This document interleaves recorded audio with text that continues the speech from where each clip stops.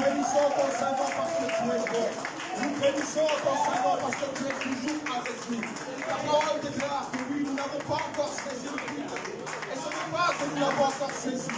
Mais nous courons vers toi, Éternel, pour te saisir, notre Dieu. Pour saisir ta robe, pour saisir ta grâce, pour saisir ta vie, Jésus. Parce que c'est toi qui nous as saisis. Et parce que tu nous as saisis, Seigneur, même si le temps tarde, nous patienterons. Même si le temps tarde, nous resterons assis avec toi, Seigneur. Nous ne sommes pas impressionnés par la vallée. Nous ne sommes pas impressionnés, Seigneur, par les nouvelles que nous entendons. Nous ne sommes pas impressionnés par la puissance de l'oppression. Nous ne sommes pas impressionnés par les grâces que nous pourrions obtenir de toi, oh Dieu. Que ce soit le mariage, que ce soit des enfants, que ce soit des affaires, que ce soit de l'argent. Nous ne sommes pas impressionnés par cela. Le diable ne nous fera pas peur, Seigneur, non plus par la mort ou par les maladies, parce que nous poursuivons ton nom et ton nom seul. C'est ton nom que nous poursuivons.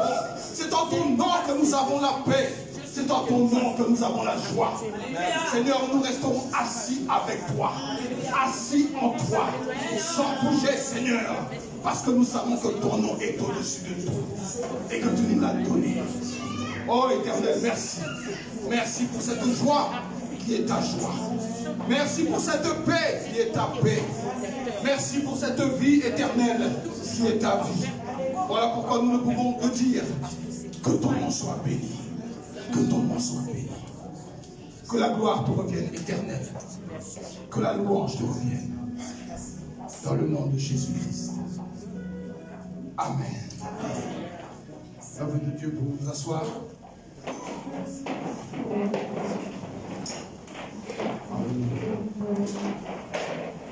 Bonjour à chacun d'entre nous. Que le Seigneur vous bénisse. Amen. Et que le nom du Seigneur soit béni. Alléluia. Il est vraiment bon de louer Dieu.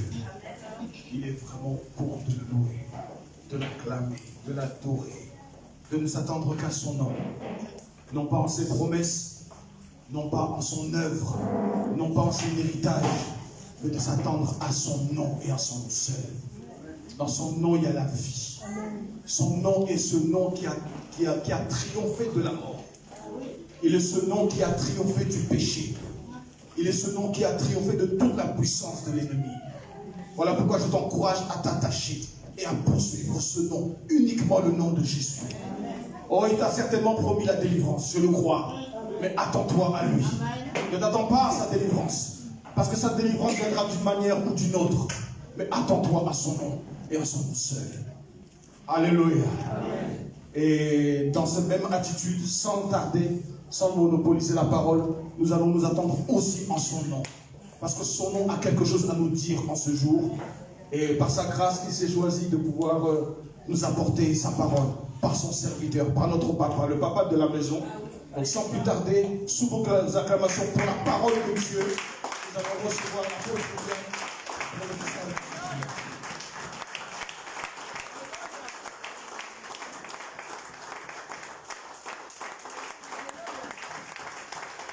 On acclame l'enfant le Seigneur. Il est dit d'être élevé. Il est dit d'être acclamé ce matin. Il est dit de notre Dieu. Il est dit de notre Seigneur. Ce matin, nous voulons réaliser encore son amour, sa bonté envers nous. Et j'aimerais que tu élèves la voix pour le dire, Père, me voici. Comme a dit Samuel, parle, ton serviteur écoute. Et Ésaïe dira quelque part, il est celui qui éveille mon oreille chaque matin, afin que j'écoute à la manière des disciples. Oui, nous voulons écouter sa voix, nous voulons écouter sa parole, celle qui transforme, celle qui restaure, qui régénère, qui censure, qui corrige, qui encourage, qui booste, qui relève et qui propulse de l'avant. Nous croyons que la parole de Dieu est esprit et vie. C'est pourquoi tu ne peux pas rester dans le naturel pour saisir les choses de Dieu. Sois éveillé, sois en esprit, sois connecté à ce que le Seigneur voudrait te dire ce matin pour que ta vie ne soit plus jamais la même. Au nom de Jésus-Christ, alléluia, éternel. Seigneur, tu dis un mot et la chose s'accomplit.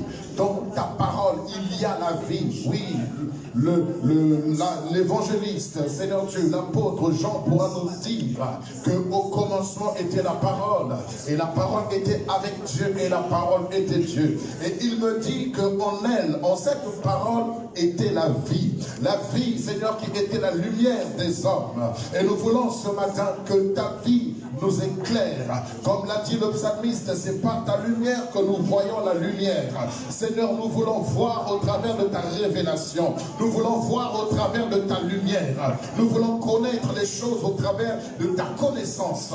Nous voulons saisir les choses spirituelles au travers de ton esprit. Nous voulons saisir les choses qui appartiennent à notre destinée au travers de ton esprit, au travers de la vie que tu nous donnes, Seigneur notre Père.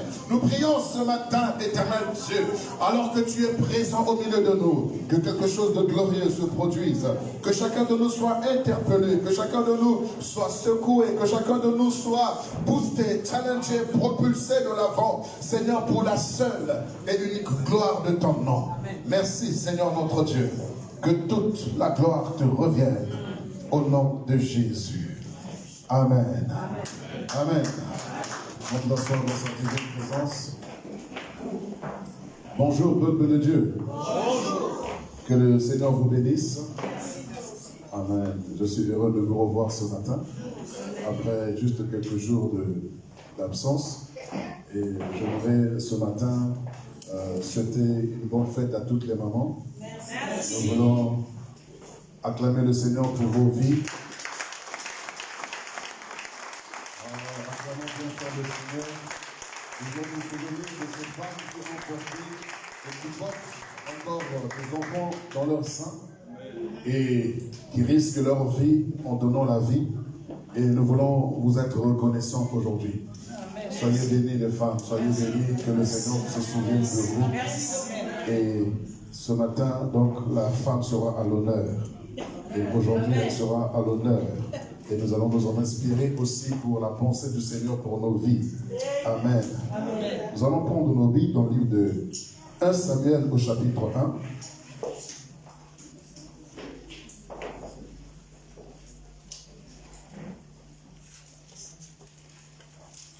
Samuel au chapitre 1.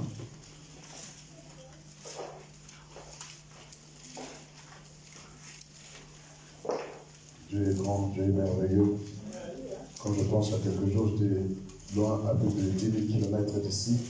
Et en un clin d'œil, je me retrouve tout près de vous ici. C'est vraiment Dieu qui est grand. Voilà. Vous n'avez pas pu voir les images de ce qui s'est passé sur place parce que l'église est en construction et ils ne veulent pas diffuser les images sur Internet. Et moi, ça m'arrange aussi. Comme ça, on travaille dans les coulisses, dans le secret, pour la gloire de Dieu. Amen. Vous avez les invitations donc des différentes églises que j'ai eu à visiter. Elles sont au nombre de 2, par la grâce de Dieu, parce que j'étais parti principalement pour Kolwezi, où j'ai travaillé pendant près d'une semaine, du jeudi soir au dimanche soir. Et le dimanche dernier, j'ai dû faire 4 cultes. Alléluia. 4 cultes. Donc 3 le matin et 1 le soir, de 17h à 19h. Et le mercredi, j'ai également fait un culte. Voilà. Ça c'est un bon pasteur. Ça, c'est un bon berger. Il vient sur le troupeau, il fait le tour de la bergerie pour voir si tout le monde est là ce matin. Que le Seigneur bénisse le berger William. Il s'appelle William aussi, c'est mon nom. Voilà, il porte mon nom, donc il fait le travail. Voilà. Alléluia. Que le nom du Seigneur soit béni. Merci Seigneur. Gloire à Dieu. Alors, 1 Samuel chapitre 1. Et donc, comme je le disais, j'étais donc reçu également le mercredi soir dans une église, ce n'était pas prévu au programme, mais ils se sont fait violence et ils ont pu m'arracher pour pouvoir être une bénédiction pour eux. Et quand j'ai fini de travailler, je rentre à l'hôtel, il y a un homme de Dieu qui a fait le déplacement depuis la Zambie, qui a pris l'avion, qui est venu me voir spécialement pour me rencontrer, pour me dire, homme de Dieu, on vous attend en Zambie. On vous cherche, on a besoin de vous en Zambie. Donnez-nous vos dates, on vous envoie le billet, on vous paye l'hôtel et vous allez pouvoir travailler en Zambie. Amen. Et ce n'était pas prévu dans le programme, mais imaginez-vous, il s'est déplacé, il a pris son vol. Et il est venu me voir spécialement, pas pour aller prêcher ou quoi, mais me rencontrer spécialement. Et j'étais simplement là en train de le regarder, de l'écouter. Et j'ai dit, bon, je rentre et puis on verra comment le Seigneur conduira mes pas. Et il y a un autre bishop de la Tanzanie également qui m'a adressé l'invitation pour que j'aille en Tanzanie aussi pour aller prêcher l'évangile aux Tanzaniens. Alors, ce n'était pas prévu, mais vous voyez que Dieu m'ouvre les portes pour l'Afrique. Et si Dieu m'ouvre les portes pour l'Afrique, c'est qu'il vous ouvre les portes aussi pour l'Afrique. Parce que quand je me suis rendu à Kolwezi, à Lumumbashi, j'ai vu plusieurs opportunités d'affaires aussi. Et on en parlera par la grâce de Dieu. Et je crois que Dieu va nous aider à faire des grandes choses pour sa gloire. Amen. 1 Samuel au chapitre 1, c'est l'introduction de mon message, ce que je viens de vous donner comme témoignage. Et nous allons comprendre pourquoi je donne ce témoignage. Chapitre 1 du verset 1er.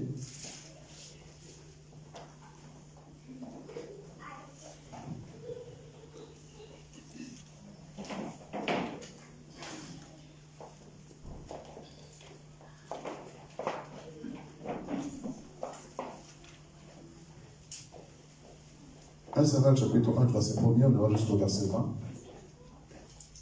Alléluia. Je lis la parole du Seigneur. Il y avait un homme de Ramathaïm Tsophim, de la montagne d'Éphraïm, nommé Elkana, fils de Jéroam, fils d'Elihu, fils de Tohu, fils de Tsuf, Éphrasien. Il avait 2 femmes, dont une s'appelait Anne et l'autre Pénina.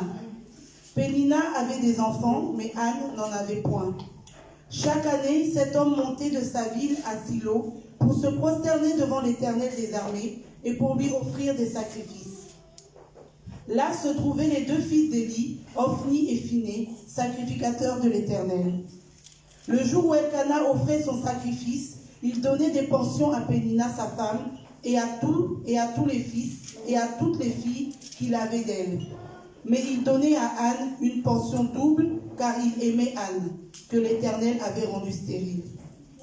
Sa rivale lui prodiguait les mortifications pour la porter à s'irriter de ce que l'Éternel l'avait rendue stérile. Et toutes les années, il en était ainsi. Chaque fois qu'Anne montait à la maison de l'Éternel, Pénina la mortifiait de la même manière. Alors elle pleurait et ne mangeait point. Elkana, son mari, lui disait, « Anne, pourquoi pleures-tu et ne manges-tu pas? Pourquoi ton cœur est-il attristé? Est-ce que je ne vaux pas pour toi mieux que 10 fils ?» Anne se leva après que l'on eut mangé et bu à Silo. Le sacrificateur Élie était assis sur un siège près de l'un des poteaux du temple de l'Éternel. Et l'amertume dans l'âme, elle pria l'Éternel en versa des pleurs. Et versa des pleurs. Elle fit un vœu en disant, « Éternel des armées, si tu daignes regarder l'affliction de ta servante, si tu te souviens de moi et n'oublies point ta servante, et si tu donnes à ta servante un enfant mâle, je le consacrerai à l'Éternel pour tous les jours de sa vie, et le rasoir ne passera point sur sa tête. » Comme elle restait longtemps en prière devant l'Éternel, Élie observa sa bouche. Anne parlait dans son cœur et ne faisait que remuer les lèvres, mais on n'entendait point sa voix. Élie pensa qu'elle était ivre, et il lui dit, « Jusqu'à quand seras-tu dans l'ivresse? Fais passer ton vin. » Anne répondit, « Non, mon Seigneur, je suis une femme qui souffre en son cœur, et je n'ai bu ni vin ni boisson enivrante, mais je répandais mon âme devant l'Éternel.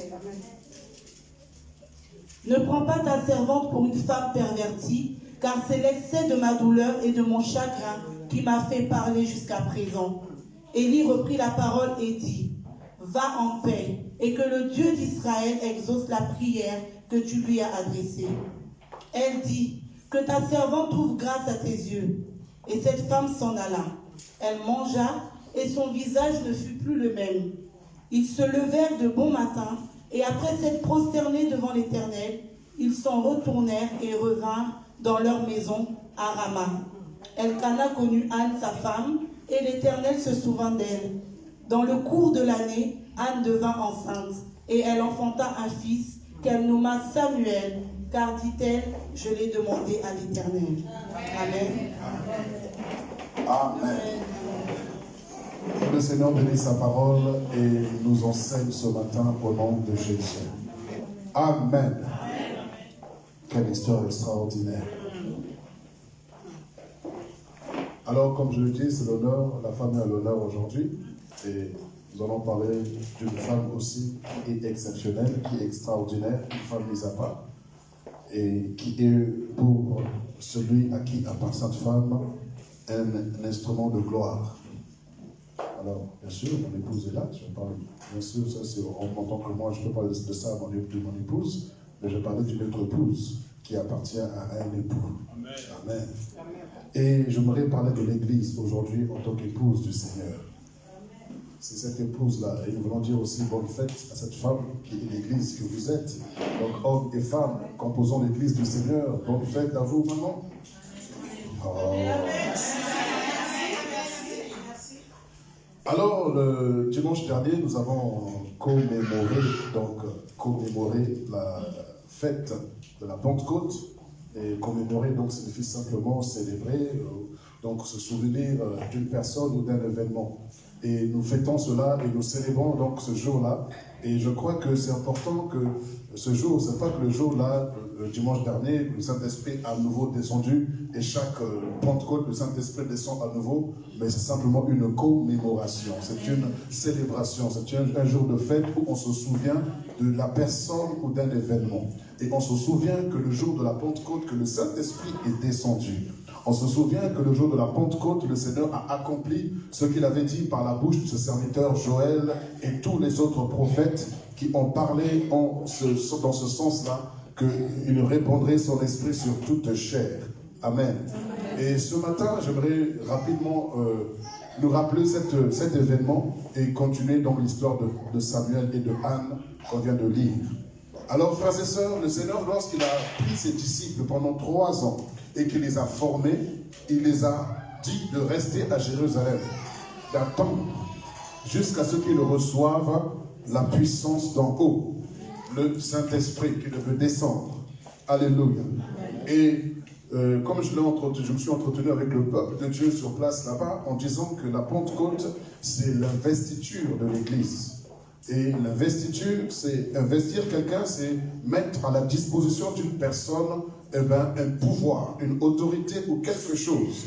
Et l'investiture te confère une autorité, une puissance, un respect, une considération. L'investiture te distingue des autres personnes. Et en parlant de l'investiture, donc on fait allusion aux élections présidentielles. Et si nous considérons les élections présidentielles précédentes, celle de M. Macron face à tous les autres candidats qui étaient là au préalable, et vous vous rendez compte que tous ces candidats, aussi nombreux étaient-ils, aucun candidat ne peut prétendre être fort ou puissant et avoir un impact sur la France. M. Mélenchon, M. Benoît Hamon, tous ceux qui étaient là comme candidats, ils étaient nombreux d'ailleurs, mais aucun d'eux n'avait aucun pouvoir. Personne n'avait le pouvoir sur la France. Personne n'avait l'autorité sur la France, quand bien même ils étaient des candidats à l'élection présidentielle. Ce n'est pas la candidature qui te donne des pouvoirs. Ce n'est pas le fait de vouloir prétendre être président qui te donnera l'autorité sur la nation. Et après avoir été appelé, il y a eu 2 personnes qui sont distinguées, M. Macron et Mme Le Pen. Comme vous le savez bien, je voudrais juste rappeler à votre souvenir ce qui s'est passé. Et après le 2e tour, un a été élu, M. Macron. Mais si vous avez remarqué avec moi, M. Macron, lorsqu'il est élu, mais il n'a aucun pouvoir encore sur la France. Il est élu président de la République, tout le monde acclame, tout le monde apprécie. Il va faire son discours devant la pyramide du Louvre, seul et tout ça, sur l'esplanade. Mais personne ne le reconnaît comme étant le chef de l'État.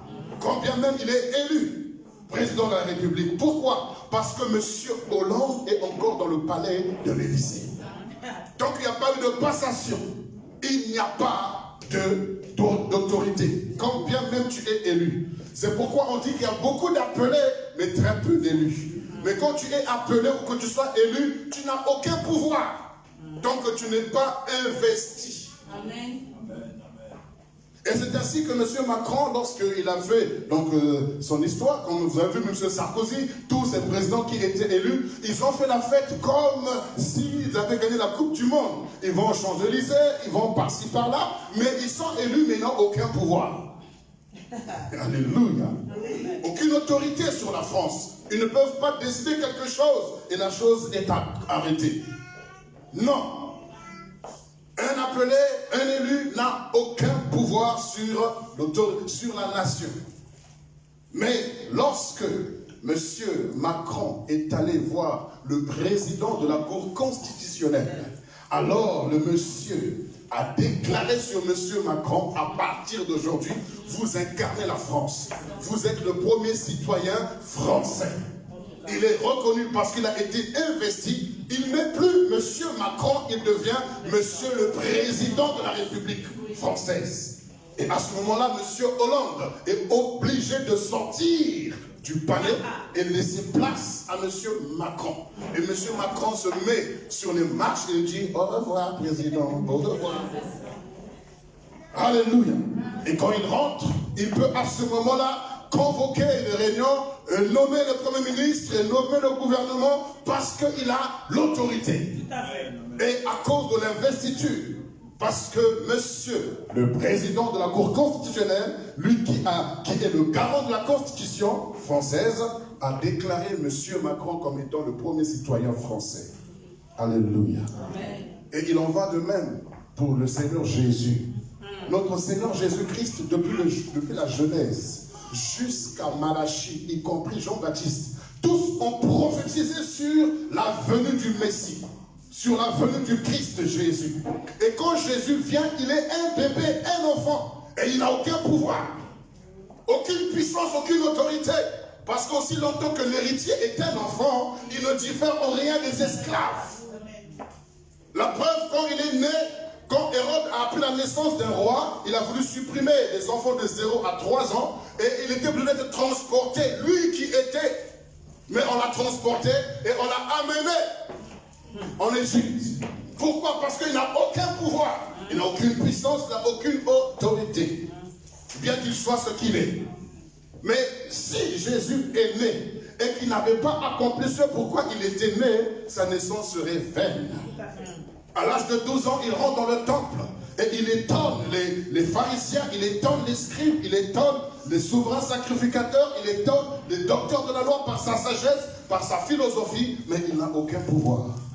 Et la Bible nous dit que l'enfant grandissait en sagesse et en stature devant Dieu et devant les hommes, jusqu'à l'âge de 30 ans, où il va au baptême de Jean. Il se fait baptiser et au sortir des eaux, voici, le ciel va s'ouvrir. Il va y avoir l'investiture.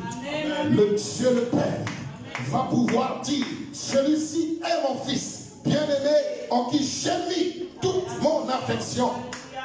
Et donc ce jour-là, au Jourdain, il a été investi. Il n'est plus Jésus, le fils de Joseph, mais il devient Jésus-Christ.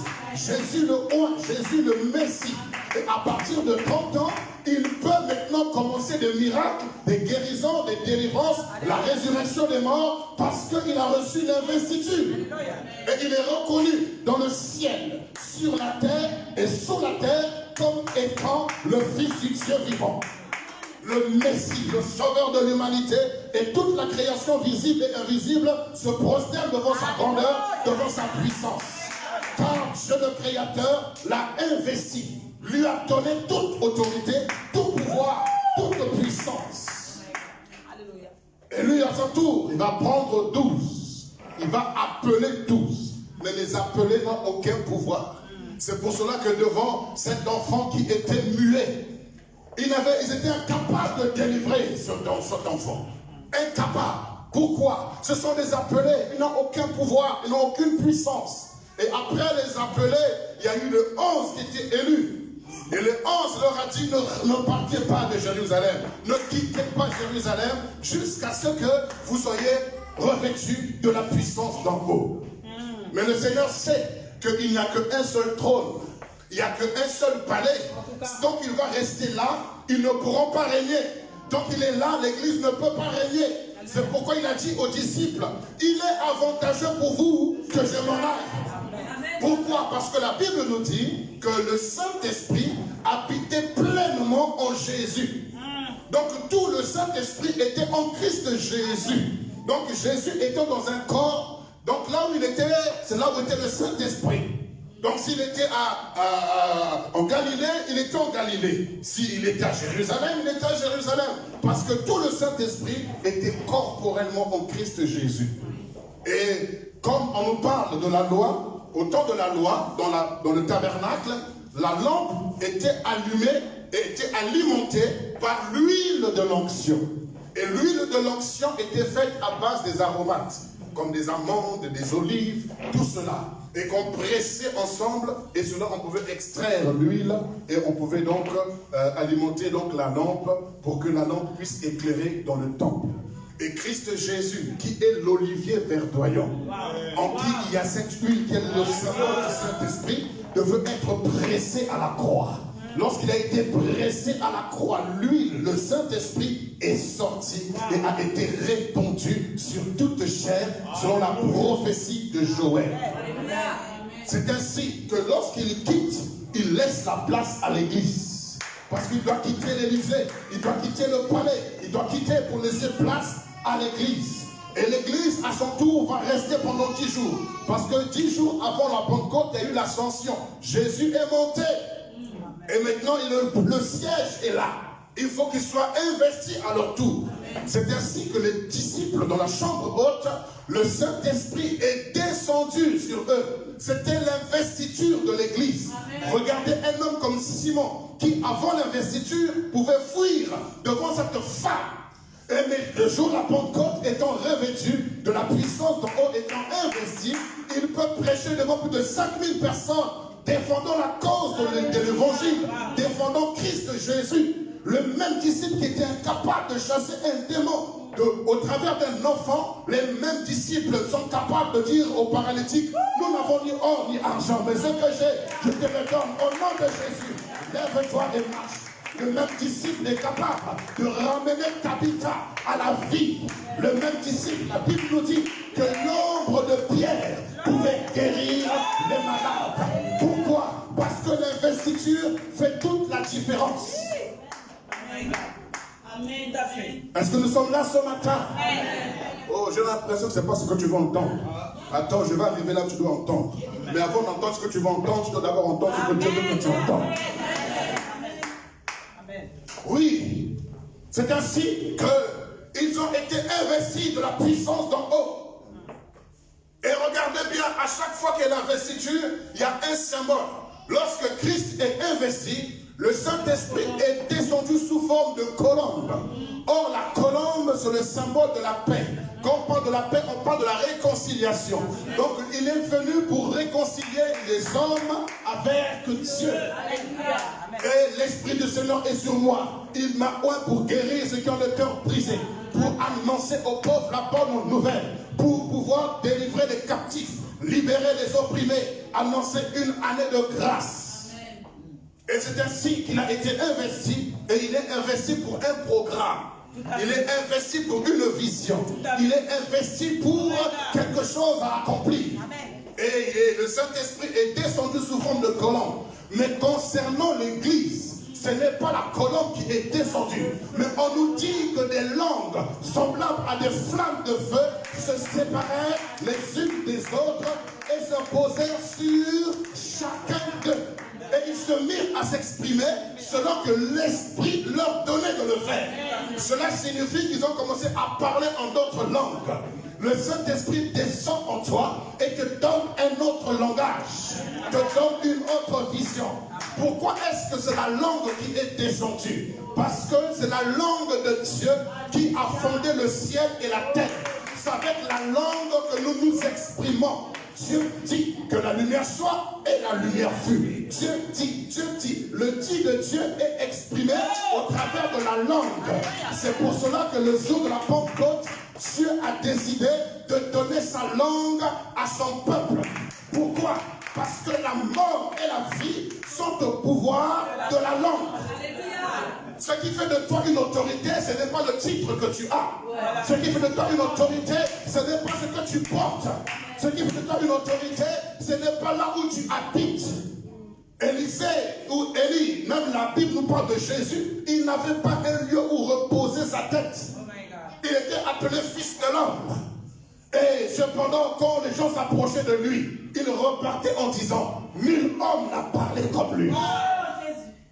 Pourquoi? Parce que ce n'est pas le titre qui te donnera le pouvoir. Ce n'est pas là où tu habites qui te donnera la puissance. Ce n'est pas ce que tu portes qui te donnera l'impact. Mais tout réside au niveau de la parole. C'est pourquoi Dieu a donné la langue à l'église. Et cette langue-là nous permet de pouvoir prendre des décisions. C'est pourquoi il a dit tout ce que vous lirez sur la terre, toute décision que vous prendrez sur la terre sera également liée dans les cieux. L'église a été investie. Le jour de la Pentecôte, le Saint-Esprit n'est pas descendu juste pour que tu parles en langue ou que tu prophétises, mais que tu comprennes que tu es investi. Donc Dieu a investi en toi sa langue, sa parole, sa puissance, son esprit, pour ne pas que tu dormes, pour ne pas que tu sois affaibli, ou pour ne pas que tu sois envahi par quoi que ce soit. Mais l'Église est la seule puissance, le seul organisme ou la seule association, appelez ça comme vous voulez, mais qui soit capable de ramener le ciel sur la terre. C'est le seul peuple, la seule ecclésia, la seule église, la seule assemblée capable de stopper les situations naturelles comme surnaturelles. Alléluia. Amen. Frères et sœurs, lorsqu'on parle de Anne ici, j'aimerais que nous parlions de Anne, dans la dimension également de l'église. Bien sûr, je ne peux pas comparer Jésus à Elkana, non. Parce que Jésus n'a pas de femme, n'a qu'une seule épouse. C'est son église. Mais ici, j'aimerais m'appuyer sur l'histoire de Anne pour dire que l'église également vit la même situation et on va comprendre ensemble. Frères et sœurs, la Bible nous parle ici d'un homme, Elkana, qui avait deux femmes. Il avait Pénina qui avait des enfants. On ne dit pas combien d'enfants ils avaient. Mais alors imaginez-vous si il avait des enfants. Déjà pour concevoir un enfant, il faut au moins 9 mois. Donc si on dit des enfants, ce n'est pas seulement 2 ou 3, certainement plusieurs. Mais si on se base même sur 3 enfants simplement, il faut au moins 3 ans, au moins 3 ans minimum pour que y ait 3 enfants qui soient conçus entre Pénina et Elkana. Alors durant tout ce temps-là, Anne n'a aucun enfant. Oh my God. Anne n'a pas du tout d'enfant. Et voici que Pénina se joue d'elle. Alléluia. Pénina se moque d'elle. Pour dire, oh, mes chéris, bébés, coco, venez prendre un peu de biscuits, de chocolat, des bonbons. Ah, Seigneur, merci parce que tu m'as rendu féconde, Seigneur. Oh, Seigneur, vraiment, c'est dommage pour celles qui n'ont pas d'enfants. J'imagine un peu les plaintes ou les critiques, du moins, que Pénina pouvait adresser à l'endroit de Anne. Alléluia. Et ce qui m'intéresse dans ce passage, tout cela, on nous dit quoi? Lorsqu'on parle de Anne, chaque année cet homme montait de sa ville, au verset 3, à Silo. Pourquoi Silo? Vous devez comprendre qu'à l'époque, c'était le lieu que Dieu avait choisi pour glorifier son nom. C'était d'abord Silo qui avait été choisi, et Jérusalem a été choisi après. Donc c'est pourquoi lorsque le Seigneur va dire à ses hommes, rendez-vous au réservoir de Silo, tout simplement parce que c'était le lieu où le Seigneur avait choisi pour faire résider son nom. Et cela a été déplacé donc après à Jérusalem. Alléluia. Amen. Et on nous dit donc pour se prosterner devant l'Éternel des armées et pour lui offrir des sacrifices. Là se trouvaient les 2 fils d'Élie, Ophni et Phinehas, sacrificateurs de l'Éternel. Le jour où Elkana offrait son sacrifice, il donnait des portions à Pénina, sa femme, et à tous les fils, vous voyez, à tous les fils et à toutes les filles qu'il avait d'elle. Donc imaginez-vous tous les enfants, mais elle aucun. Il donnait à Anne une portion double, car il aimait Anne que l'Éternel avait décidé. Wow. Là, on n'a pas dit Satan. On n'a n'a pas dit les sorciers. On n'a pas dit les démons. Mais on a dit que l'Éternel avait rendu stérile. Si Dieu te rend stérile, quel marabout peut te donner un enfant? Si Dieu te ferme les entrailles, qui pourra les ouvrir? C'est pourquoi je vous dis que l'Église connaît seulement le Dieu qui ouvre les portes. Mais l'Église ne connaît pas le Dieu qui ferme les portes. Lorsque le Dieu qui ferme les portes rentre en action dans ta vie, tu fais directement allusion aux sorciers, aux démons, aux liens de famille, en envoûtement, à la malédiction, à toutes ces choses-là. Mais ici, on nous dit que c'était âme que l'Éternel avait rendue stérile. Quand l'Éternel rend stérile, quand il le fait, c'est en vérité parce qu'il te préserve. C'est parce qu'en vérité, il te garde. C'est parce qu'en vérité, il te met de côté. Alors que Pénina est en train d'enfanter des fils et des filles. Mais aucun d'eux n'a été serviteur de Dieu. Aucun d'eux n'a été reconnu dans la Bible. C'est la seule fois qu'on fait mention des enfants de Pénina. Mais au jour d'aujourd'hui, Samuel a marqué l'histoire d'Israël. J'aimerais te dire cet après-midi, ce matin, frères, sœurs, que tout ce qui t'arrive n'est pas forcément satanique. Tout ce qui t'arrive n'est pas forcément diabolique. Tout ce qui t'arrive n'est pas toujours de la faute des sorciers ou quoi que ce soit. Si même c'est eux qui sont à l'origine de la chose, laisse-moi te dire que Dieu est derrière la chose pour accomplir sa volonté. Quand il arrive devant l'histoire de Lazare, on lui annonce que Lazare est malade, qu'il est en train d'agoniser. Mais lui, il dit, cette maladie n'est pas pour Satan. Cette maladie n'est pas pour les démons. Cette maladie n'est pas pour les sorciers. Cette maladie n'est pas pour l'envoûtement ou la malédiction. Mais cette maladie est à la gloire de Dieu. Vous voyez la langue que le Seigneur utilise. Ses disciples ne comprennent pas ce langage. Quelque temps après, voici que lui, il reçoit une parole de connaissance comme quoi il est mort. Mais il dit, maintenant, notre ami Lazare dort. Allons le réveiller. Il reçoit une parole de connaissance parce que personne n'est venu l'informer. Mais il reçoit la parole de connaissance, il est mort. Selon les hommes, il dit non, il n'est pas mort, il dort. Notre ami, il dit, notre ami Lazare dort. Allons le réveiller. Les disciples n'ont pas compris ce langage. C'est pas mal, il dort, il fait bon. Allons seulement mourir avec lui aussi. Et quand ils arrivent sur place, ils voient, ce n'était pas un lieu de festin, mais c'était un lieu de deuil. Tout le monde pleurait, tout le monde se lamentait, tout le monde gémissait. Pourquoi? Parce que c'était en face d'un cadavre qui sentait déjà après 4 jours. Et on l'avait mis loin, en dehors de la ville, loin de tout le monde. Et le Seigneur dit simplement, où l'avez-vous mis? Il dit, non, laisse tomber, Seigneur, il sent déjà. Il dit, c'est pas ce que je t'ai posé comme question. Je t'ai dit, où tu l'as mis? Vous savez, le Seigneur cherche toujours le lieu où tu te trouves. Depuis le jardin d'Éden, il pose la question, Adam, où es-tu? Et là aussi, il pose la question à Allah. Il dit, pour Lazare, où l'avez-vous mis? Le Seigneur cherche le lieu où tu as mis tes projets. Le Seigneur cherche le lieu où toi-même tu t'es caché.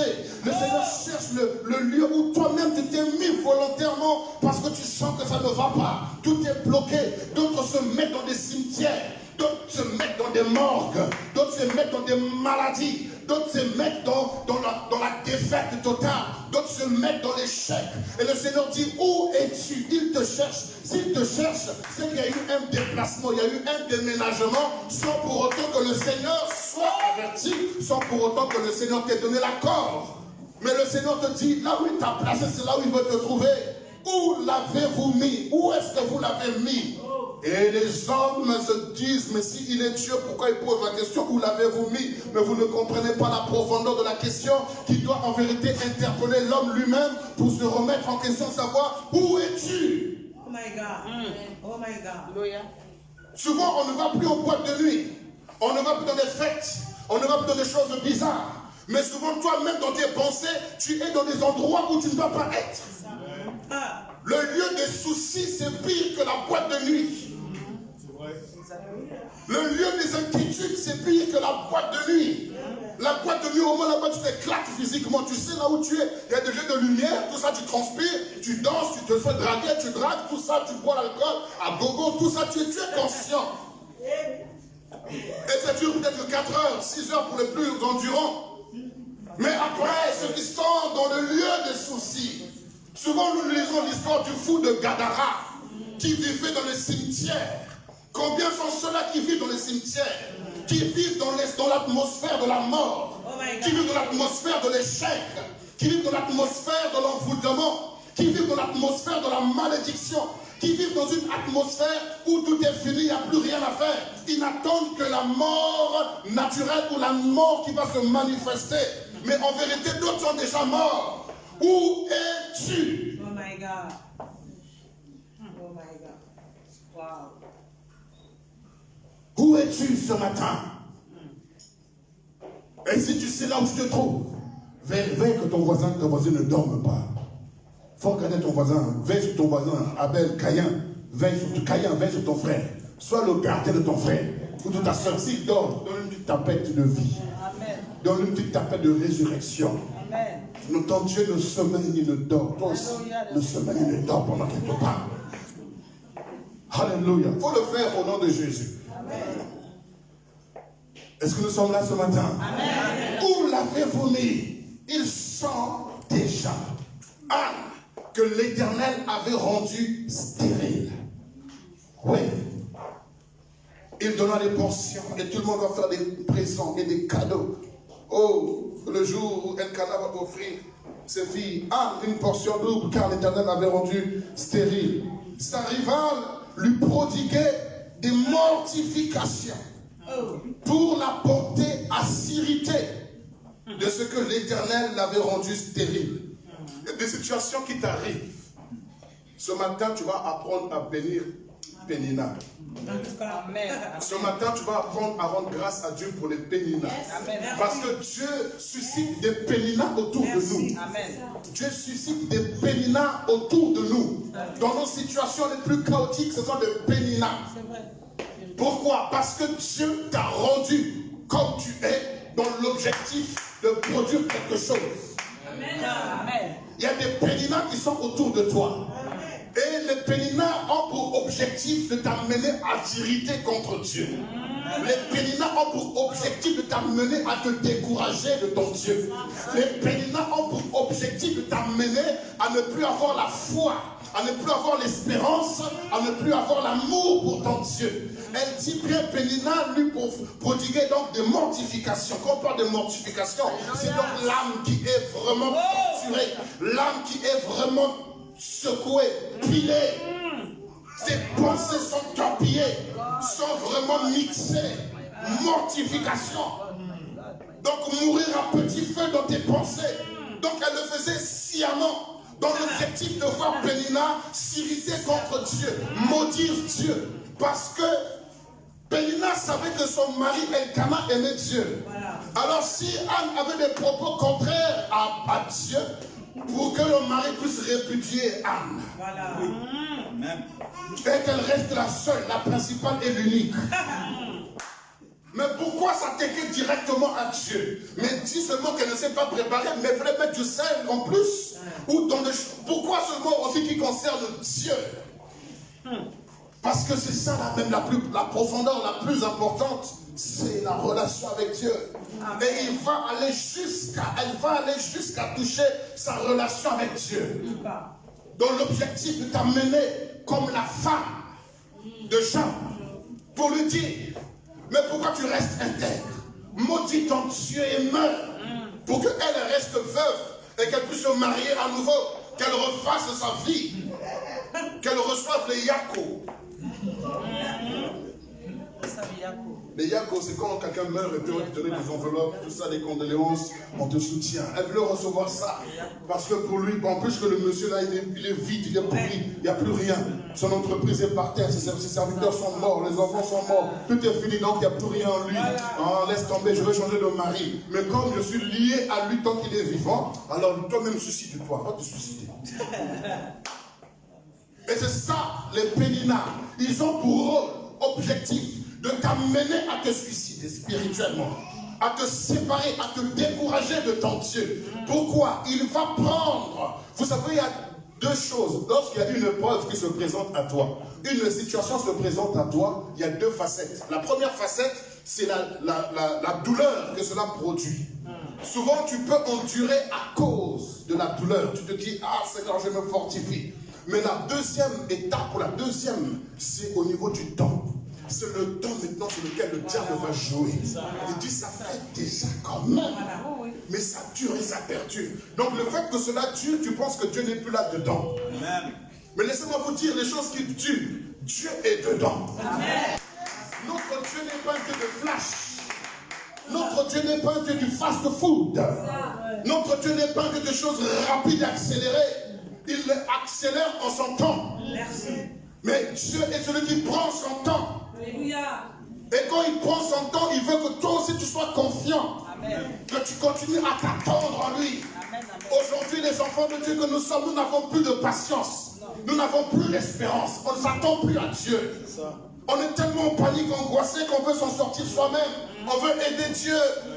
Comme Samuel, voyons que, comment il s'appelle, Saül, attendant que Samuel arrive faire le sacrifice, il a attendu, il a dit, ah non, je risque de perdre mon ministère ici. Je risque de perdre des fidèles ici. Moi-même, je vais m'improviser sacrificateur. Et quand il a fait le sacrifice, voilà Samuel qui est en train d'arriver. Il a dit, en ayant fait cela, tu as abandonné, tu as tué ta royauté. Wow.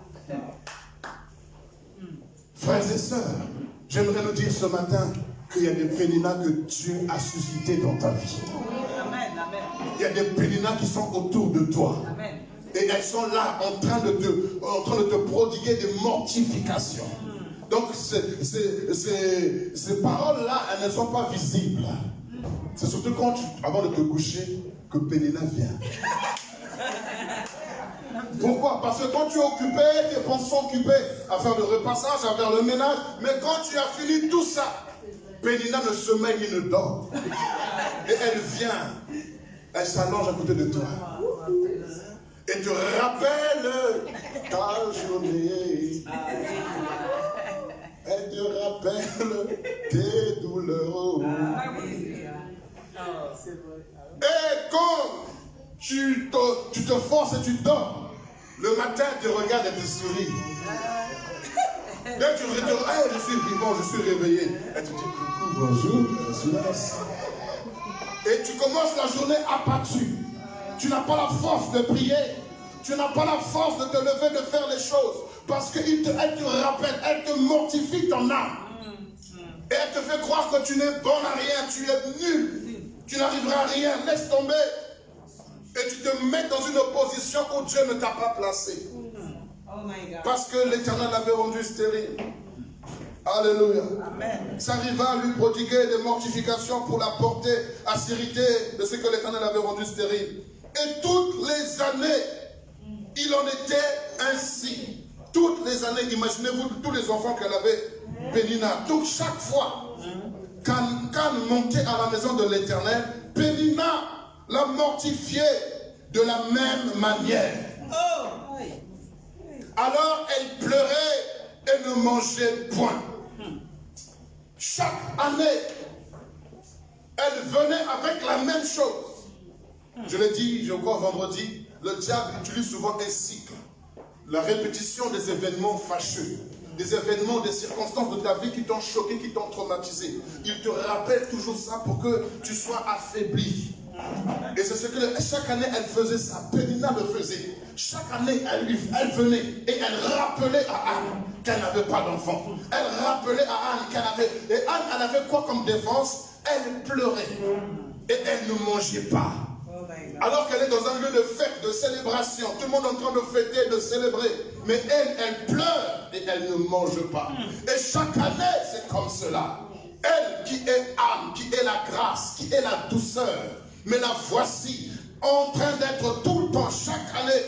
Mais ce qui est bien, c'est qu'elle ne se décourageait pas. Voilà. Pour se dire que non, cette année, je n'irai pas. C'est pour vivre les mêmes choses, je n'irai pas. Mais à cause de l'amour qu'elle avait pour son mari, et à cause de l'amour que son mari lui portait, elle y allait pour son mari. Et non pas pour son Dieu, non pas pour sa rivale, mais elle allait à cause de son mari. Alléluia. Qui pourra nous séparer de l'amour de Jésus? Et son mari dit, Anne, pourquoi pleures-tu? Et pourquoi ne manges-tu pas? Pourquoi ton cœur est-il attristé? Est-ce que je ne vaux pas pour toi mieux que 10 fils? Donc, c'était certainement que Pénina avait plus de 10 fils.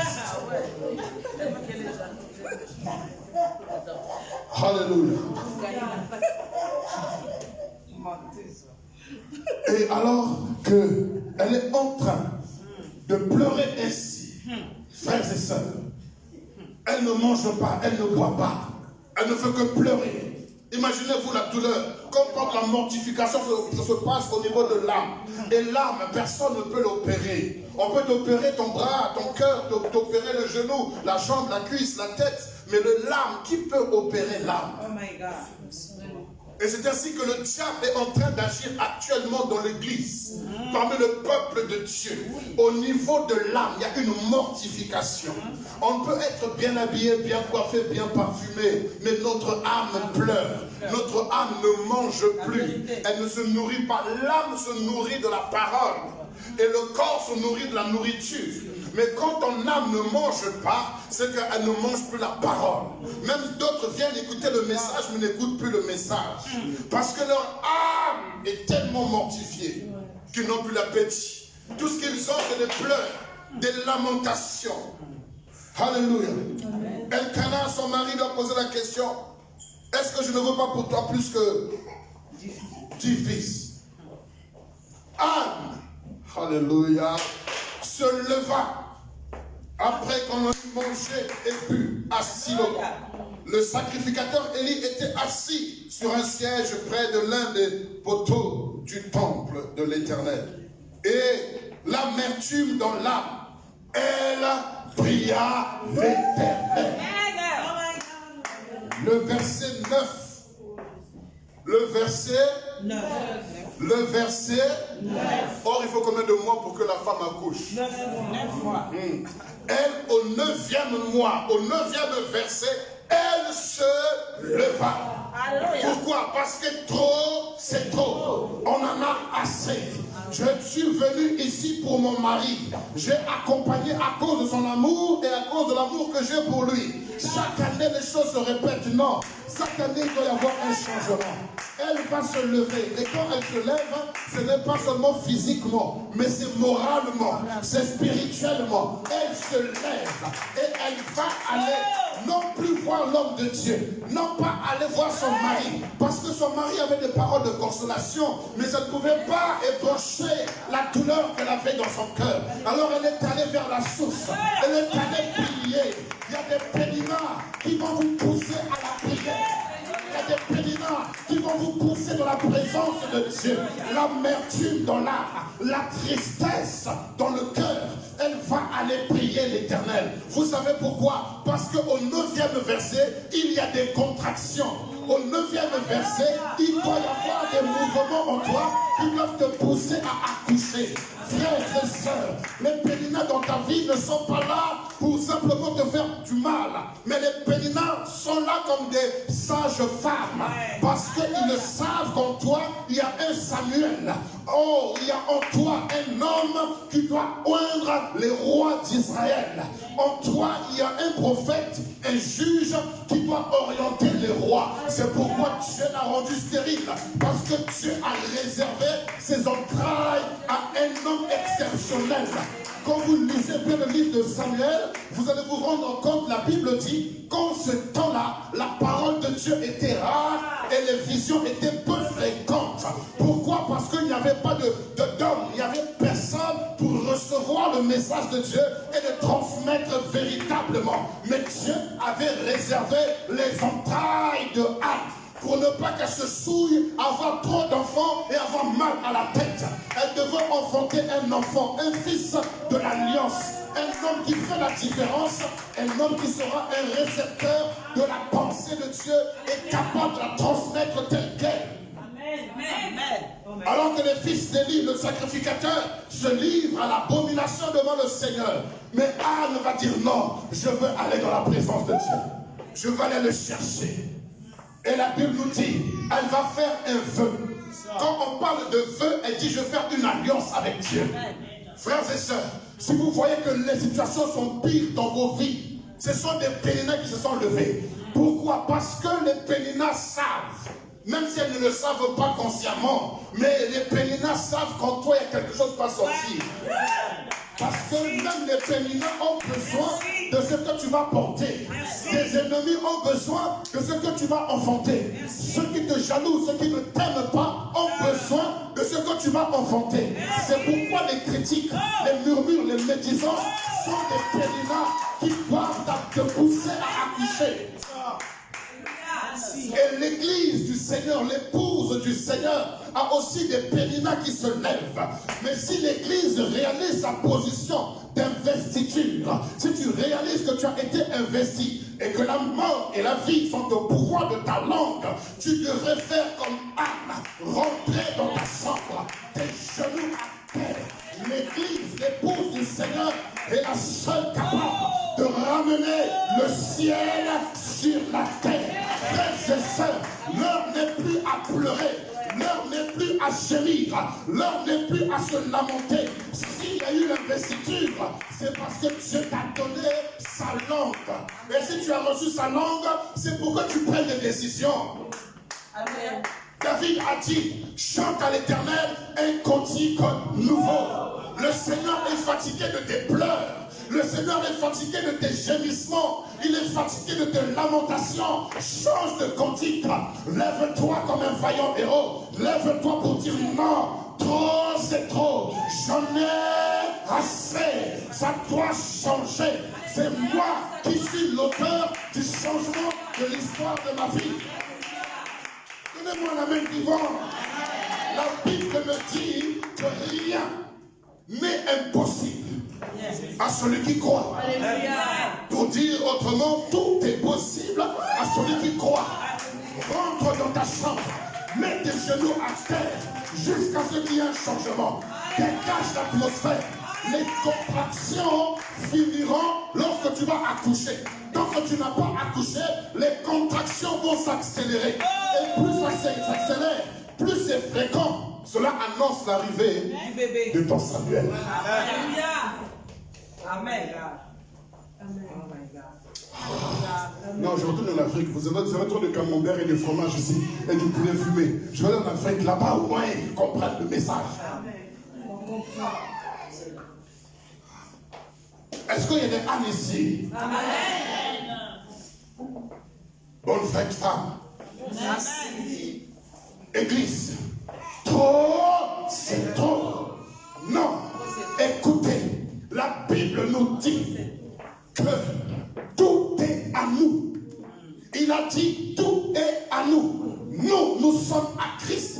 Et Christ, lui, est à Dieu. Tout est à nous. Mais nous ne savons rien. Et Ecclésiaste dit, j'ai vu une bêtise, une sottise sur la terre. J'ai vu les princes marchant à pied et les esclaves sur des chevaux. Nous sommes contrôlés et dirigés par des esclaves. Et les princes que nous sommes, nous marchons, nous subissons comme des esclaves. Pourquoi? Parce que Anne n'a pas encore eu ses péninas. Et d'autres se sont familiarisés avec leur pénina. Ils ont dit, ah, chaque année c'est comme ça. Pénina fait ton travail. Moi, tout ce que j'attends là, c'est la mort. Pour moi, là, c'est déjà fini. Il n'y a plus rien à faire. Voilà, c'est terminé. Non, non, non. Jusqu'au dernier souffle, je me battrai. Je me battrai. Et mon lieu de bataille, c'est ma chambre. Il a dit, entre dans ta chambre. Ferme la porte derrière toi. Oui, je rentre dans l'intimité avec mon Seigneur. Frères et sœurs, c'est l'heure de la prière.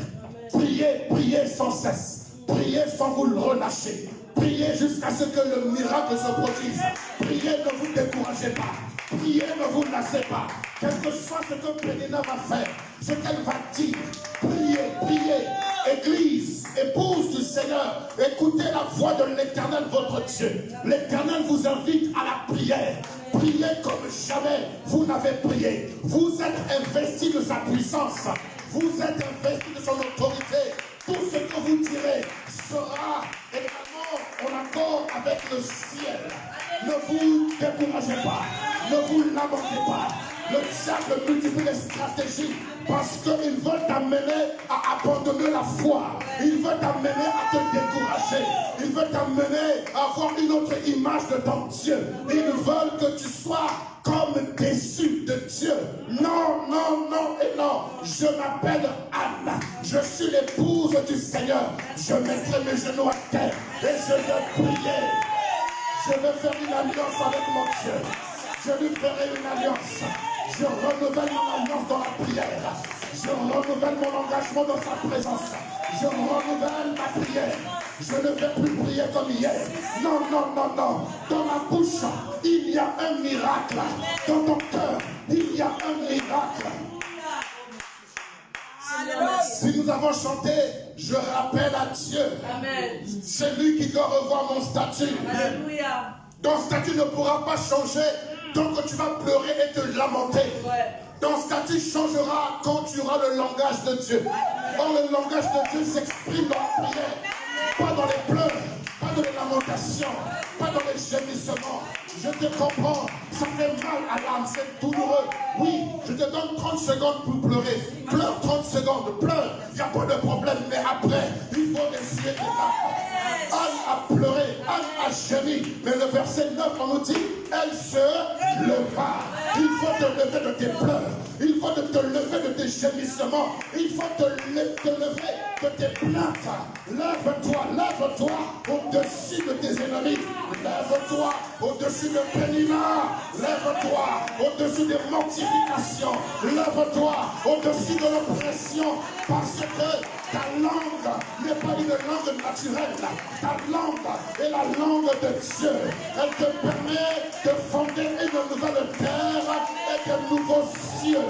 Lève-toi, parce que ce qui sortira de ta bouche, c'est la parole créatrice, la parole vivante de Dieu. Amen. Amen. Merci Seigneur. Amen. Un président, lorsqu'il est investi, il est investi seulement pour un territoire. Monsieur Macron, il est président uniquement en France. Quand il arrive en Belgique, il a un homologue. Mais il n'est pas le président. Quand il arrive en Italie, il arrive en Espagne, au Portugal, il n'est pas le président de cette nation. Il est limité à un territoire. Mais toi, Église, épouse du Seigneur, ton investiture, il a dit, vous serez mes témoins à Jérusalem, en Judée, en Samarie, et jusqu'aux extrémités de la terre. Cela signifie que je peux être en France et commander ce qui se passe en Afrique du Sud.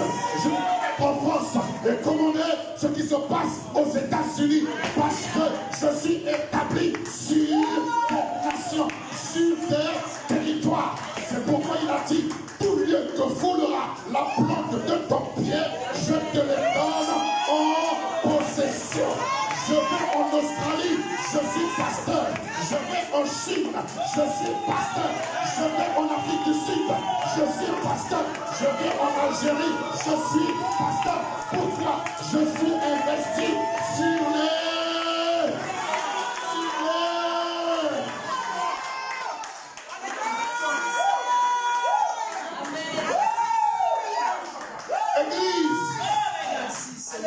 Église, réalisez.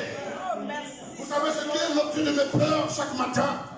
Je dis, Seigneur, je n'aimerais pas quitter la terre sans avoir vidé tout ce que tu as mis en moi. Non, c'est pas possible. L'église doit se réveiller. L'église doit se réveiller. C'est la plus grande puissance dans tous les domaines. Tout est à nous, tout est à nous. L'économie à nous, les finances à nous, la politique à nous. Tout est à nous. Alléluia. Alléluia. Alléluia. Merci. Oui, tu as eu raison de pleurer. Mais nous sommes au verset 9. Lève-toi. Au verset 9, c'est lève-toi. Au nom de Jésus. Amen. Elle pria l'Éternel et versa des pleurs. Elle fit un vœu au verset 11.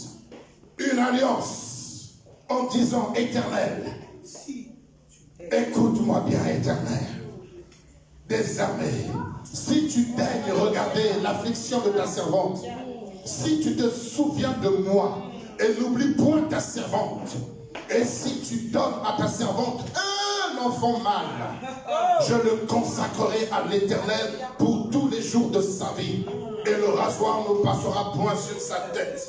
Comme elle est restée longtemps en prière, comme elle est restée longtemps en prière devant l'Éternel, Élie observa sa bouche à ne parler dans son cœur et ne faisait que remuer les lèvres. Mais on n'entendait point sa voix. Élie pensa qu'elle était ivre et lui dit: jusqu'à quand seras-tu dans l'ivresse? Fais passer ton vin. Elle répondit: non, mon Seigneur. Vous voyez, elle reste quand même respectueuse, malgré qu'on la traite d'ivrogne, qu'on la traite vraiment d'alcoolique, mais elle reste polie. Elle n'a pas fait n'importe quoi.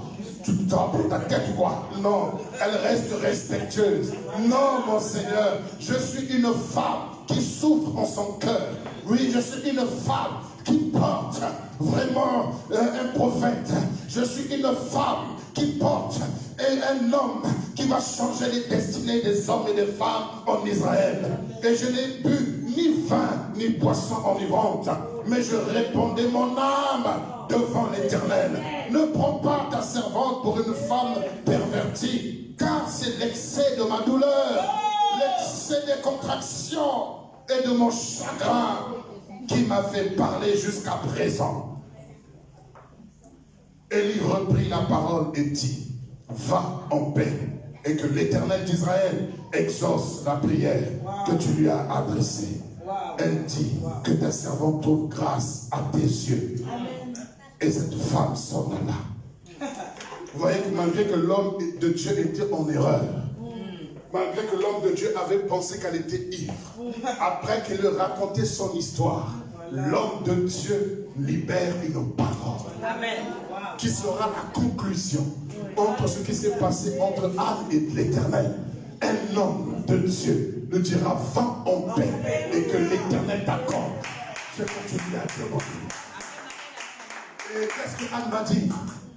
Que ta servante trouve grâce à tes yeux. Amen. Pas aux yeux de l'Éternel, mais à tes yeux.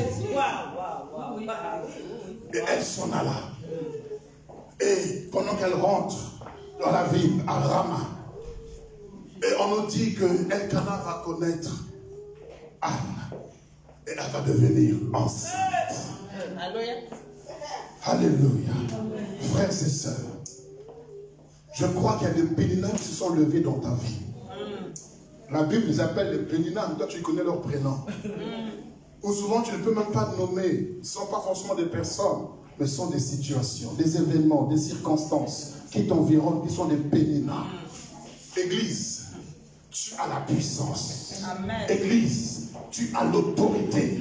Église, souviens-toi, la semaine dernière, c'était le jour de ton investiture. Et le Seigneur t'a rappelé que tu es investi sur les nations pour que tu changes le cours de l'histoire. Imaginez-vous, je n'ai jamais été en Zambie. Je n'ai jamais été, mon message n'est jamais arrivé en Zambie. Mais voilà comment un homme de Dieu se déplace de la Zambie pour venir me rencontrer. À peine arrivé à l'aéroport, déjà on m'annonce 2 invitations. Des invitations. Si je dois répondre à toutes les invitations, vous ne me verrez plus.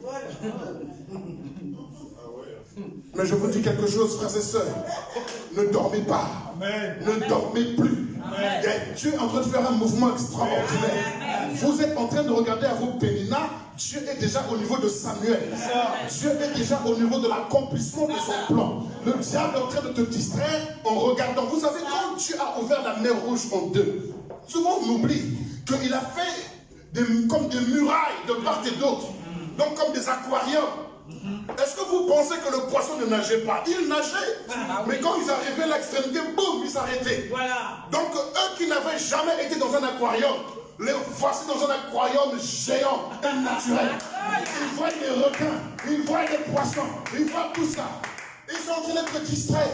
Il dit avancez, avancez. Ils regardent les poissons, ils regardent les merveilles, les requins. Ils disent oh, et puis boum, ils se collent contre le mur, font demi-tour. Ils regardent le spectacle tout le long de la traversée. Oh my Et le diable souvent te distrait aussi comme ça. Tu es en train de regarder ce qu'il est en train de faire comme simagrée, comme spectacle, comme jonglerie, comme clownerie. Il est en train de regarder à cela. Et alors que Dieu est en train de faire une œuvre extraordinaire. Vous savez, frères et sœurs, quand je vous annonce la parole, je ne vous l'annonce pas par ma connaissance, mais je vous annonce des messages prophétiques. Je vous annonce l'œuvre de Dieu qu'il est en train de faire. Et je vous ai parlé ici de l'œuvre de Dieu. Quand vous êtes en train de regarder la façade, vous avez l'impression que rien ne se passe. Mais en vérité, Dieu est à l'œuvre. Il ne sommeille ni ne dort. Jésus a dit, mon Père jusqu'à présent agit. Moi aussi j'agis. Le Seigneur est à l'œuvre dans vos vies. Ne croyez pas qu'il est en train de dormir. Ne pensez pas qu'il voit ces choses, il ne fait rien. C'est faux. N'est-ce pas lui qui vous a choisi? N'est-ce pas lui qui vous a appelé? Pourquoi il vous a sélectionné? Est-ce que c'est à cause de vos richesses? Est-ce que c'est à cause de votre beauté? Est-ce que c'est à cause de votre taille? Est-ce que c'est à cause de la famille que tu connais, que tu as? Est-ce que c'est à cause de la beauté de ton pays? Il t'a choisi à cause du plan qu'il a pour toi. Et il dit, je connais les projets que j'ai formés sur vous. Des projets de paix et pas de malheur, afin de vous donner un avenir et de l'espérance. Église, lève-toi. Arrête de pleurer, arrête de te lamenter. Ce que Dieu est en train de faire est plus grand que ce que tes yeux voient.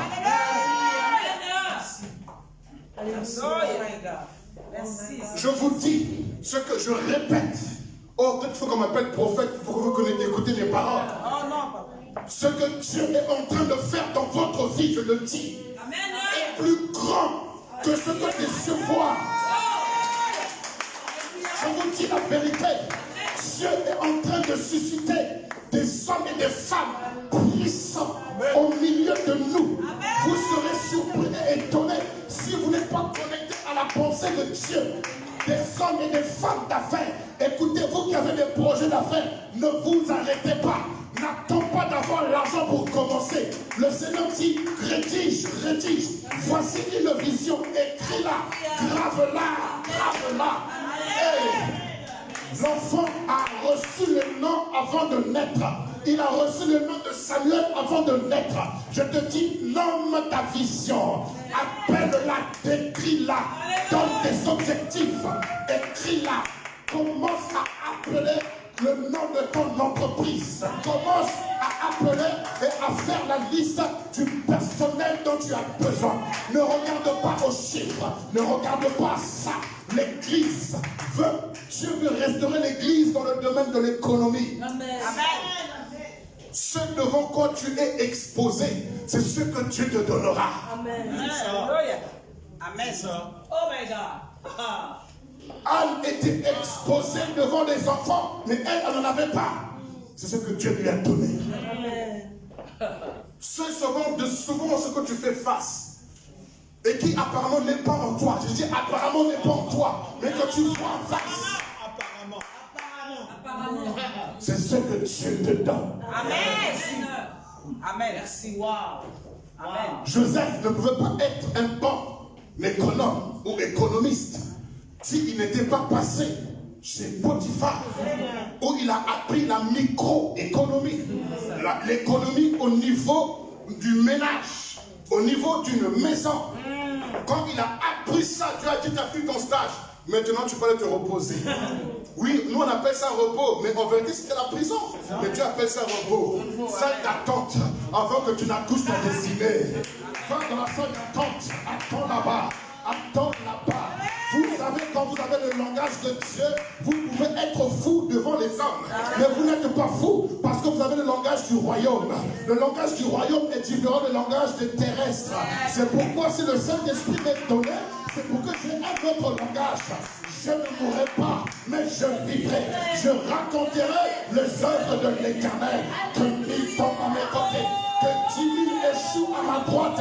Je n'échouerai pas. Oui, nul ne tiendra devant moi tant que je vivrai. Rien ne tiendra devant moi tant que je vivrai. Je relève ma vision. Je relève ma destinée. Je relève. Frères et sœurs, laissez-moi vous donner ce témoignage. Je Je suis arrivé à Kolwezi, j'ai pris l'avion, vous voyez avec les hélices là qui tournent sur les côtés. Vous êtes que 15 personnes à bord. Si vous comptez les pilotes avec un bruit assourdissant, je dis Seigneur, je suis dedans. Je regarde en moi, tu vois la blouse.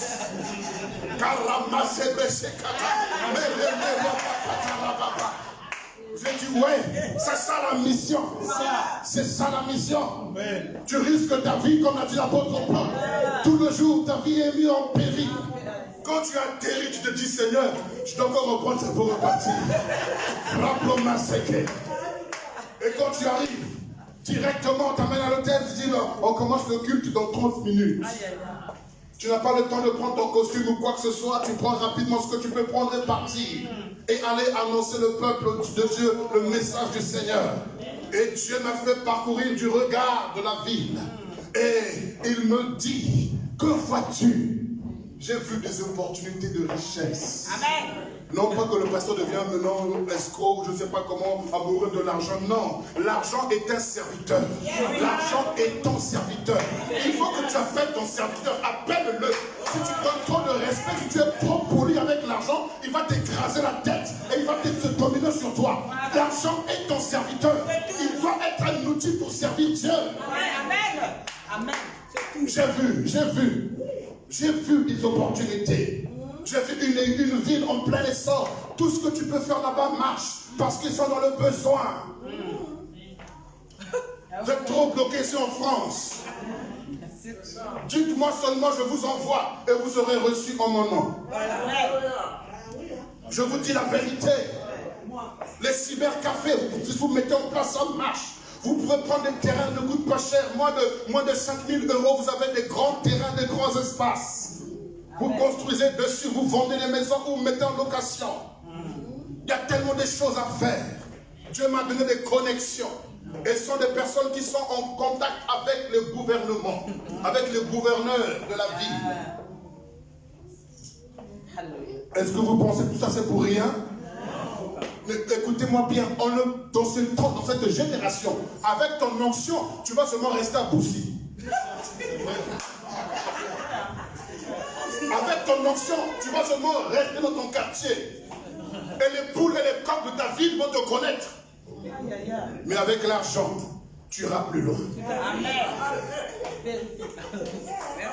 L'église respecte trop l'argent, voilà pourquoi l'argent ne vient pas. Regardez les missionnaires, les premiers missionnaires ont fait quoi? Quand ils sont arrivés en Afrique, ils ont dit fermez les yeux, on va prier. On a fermé les yeux. Quand on a ouvert les yeux, notre or a disparu. L'argent a disparu. Ils nous ont laissé la Bible. Et nous maintenant les Africains, maintenant on vient d'Europe et dit messieurs, vous avez oublié la Bible, on vous ramène la parole, on vous ramène l'évangile. Mais s'il vous plaît, nous voulons aussi récupérer notre or.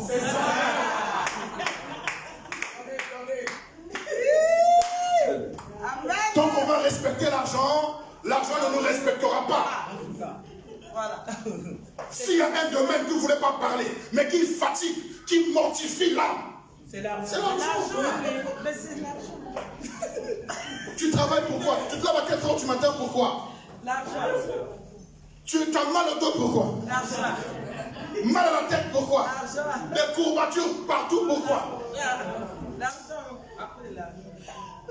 Dieu nous a dit, en tant qu'Église, à la croix, il a pris toutes nos malédictions.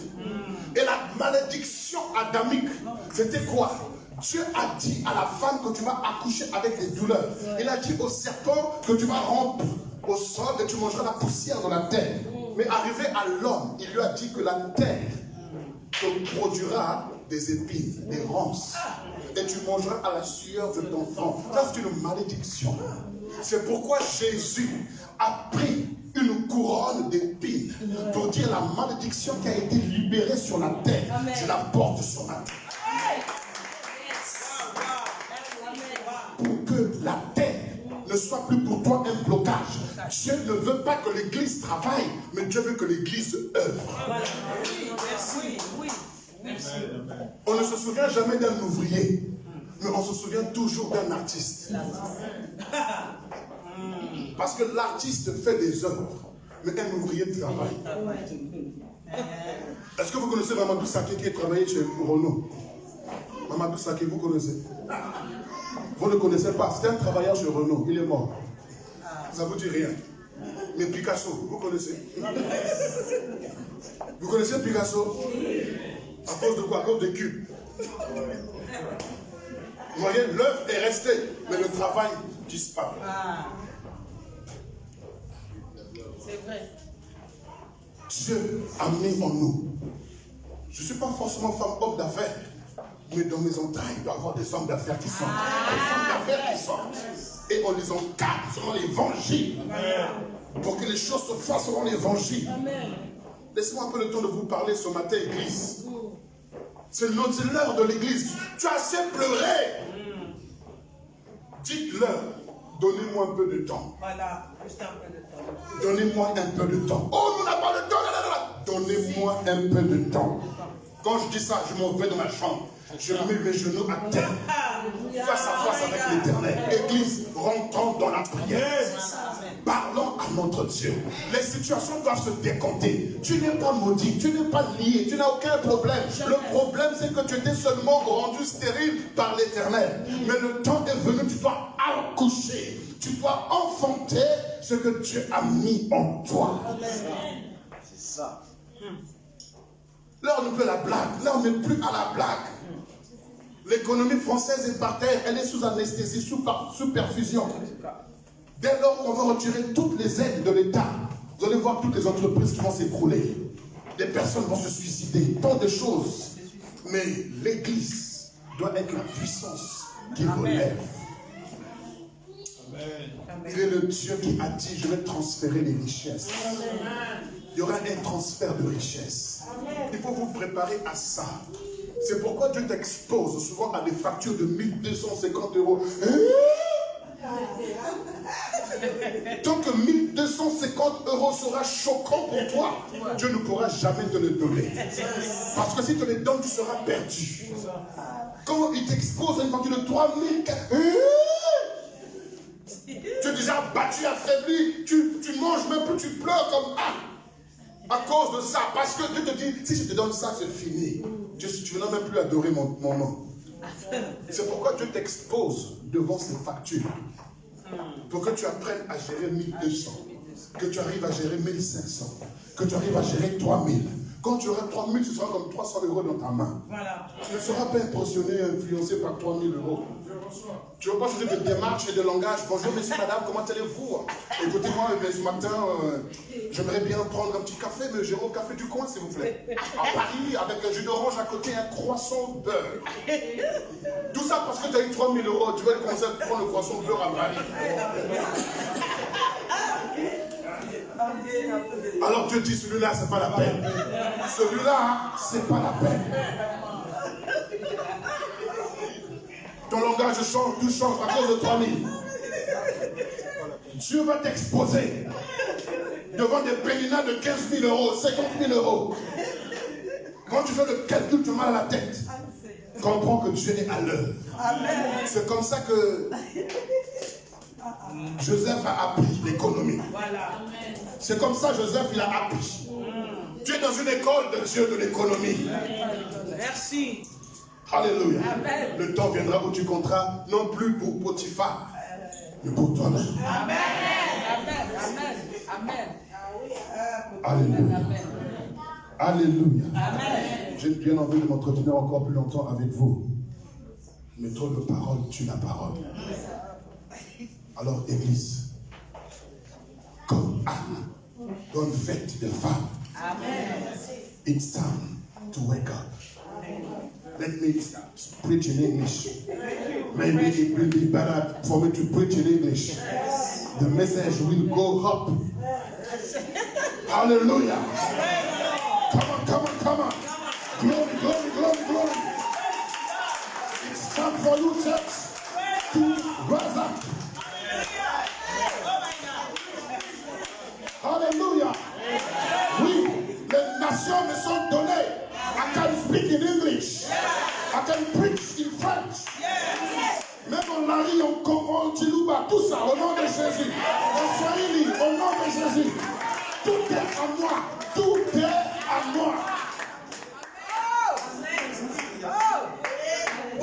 j'ai fait, et je vous le dis, quand ça va arriver, il ne faut pas pleurer. Je vous le dis. Je suis dans ma chambre en train de prier, la nuit, prier dans la nuit, prier. Toujours par rapport à l'argent. Je ne lâche pas Dieu par rapport à l'argent. Je priais Dieu, je priais. Et il m'a dit, je priais, je fais de mes poches, comme là-bas c'est les dollars qui marchent, j'avais des dollars. J'ai dit, ah. Et il m'a dit, mais, je me suis dit, ah, mais attends, j'ai l'euro, j'ai le dollar, j'ai le franc congolais, j'ai le franc CFA de l'Ouest et j'ai le franc CFA d'Afrique centrale. J'ai toutes ces monnaies, j'ai tout pris, j'ai mis par terre. Je commence à marcher dessus. Amen. Et en parlant en langue, ramasser le chakra. Tu as dit que tout lieu que foulera la peau de ton pied, tu donnes en possession. Je prends en possession des dollars, l'euro, le franc CFA à la frontière d'Ouest, Congo, Ramo, Massacre. Tu as dit que les richesses des nations viendront vers moi. Je marche dessus. Et je commençais à parler en langue. C'est une folie pour vous. Si tu respectes trop l'argent, l'argent va te dominer. Tu es mon serviteur, reste là. Alléluia. Je domine sur les richesses de la terre.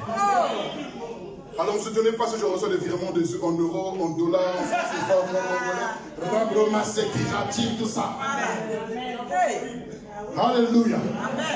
Si tu ne travailles pas, tu n'auras rien. Frères et sœurs, c'est ça que nous avons besoin. C'est ça. Économiste, c'est l'heure. C'est maintenant, c'est maintenant. C'est maintenant, c'est maintenant. Lèvons-nous. Cherchons la face du Seigneur. On va se lever dans la présence de Dieu.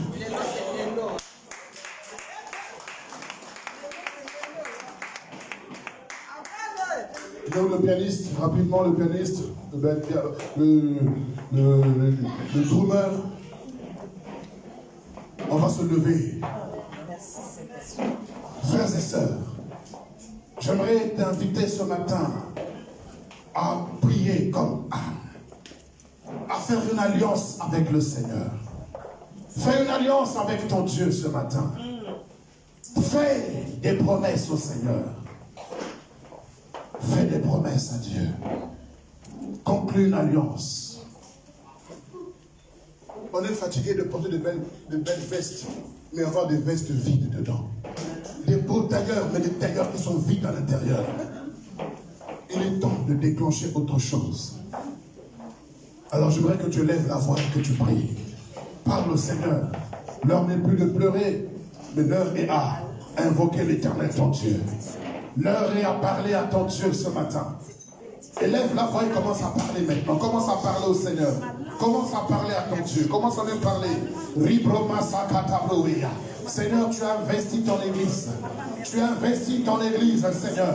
Tu as investi ton église pour que l'église soit cette épouse, cette femme qui sache au lieu de gloire gérer tes biens, gérer tes richesses, gérer tout ce qui est à toi. Seigneur notre Père, notre Dieu, nous voulons ce matin te dire que nous avons confiance en toi. Ma foi est en toi. Mon assurance est en toi. Ma conviction est en toi. Au nom de Jésus-Christ de Nazareth. Au nom puissant de Jésus. Éternel, tu es notre Dieu. Nous crions à toi parce que nous croyons que par la prière, l'échange, le dialogue, la conversation avec toi, ça va changer les situations. Ça va changer les données. Oh, oh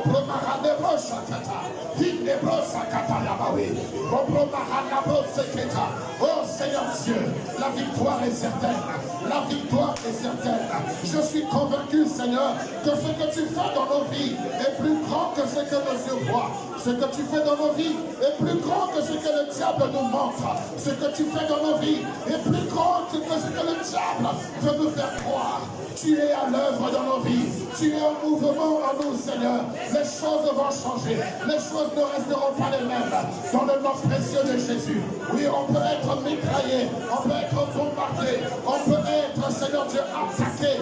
Oh, mortifié par des pensées, par des suggestions, par des paroles de Pénina, les 6 événements et les circonstances de la vie. Mais nous voulons garder la tête haute. Nous voulons garder la tête haute. Nous voulons garder la tête haute.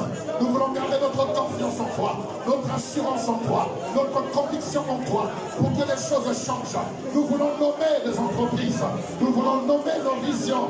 Nous voulons nommer, Seigneur notre Dieu, ce que tu as mis en nous, Seigneur.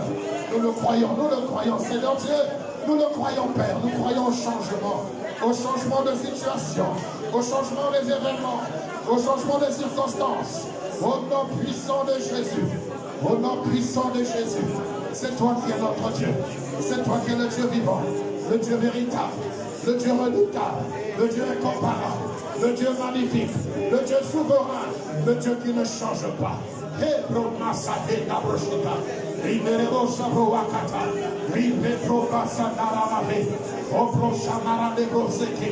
Seigneur notre Père, notre Dieu, nous voulons réellement, Seigneur, retrouver une vie de prière intense, une vie de prière intense, une vie de prière dynamique, une vie de prière profonde. Oh oui, comme la Bible dit, Anne pria longtemps, elle pria longtemps. Nous voulons prier, Seigneur. Nous voulons prier, notre Dieu. Nous voulons échanger avec toi. Nous voulons dialoguer avec toi. Nous voulons travailler pour que les choses changent. Oh, Rabromare de Brosakata, Hidebro Chaproakataraba, Erebo Sabromara de Brosea. Au nom puissant de Jésus, tu es le Dieu vivant. Tu es le Dieu glorieux, tu es le Dieu redoutable, tu es le Dieu incomparable, tu es le Dieu magnifique, tu es le Dieu qui ne change pas. Éternel, nous te disons merci. Merci mon Dieu, parce que tu écoutes nos prières et tu vas au-delà de ce que nous pouvons penser ou imaginer. Oh, merci Seigneur. Merci notre Dieu. Merci Jésus. Alléluia. Merci Seigneur. Gloire à toi, Jésus. Rendons-lui gloire, on acclame encore.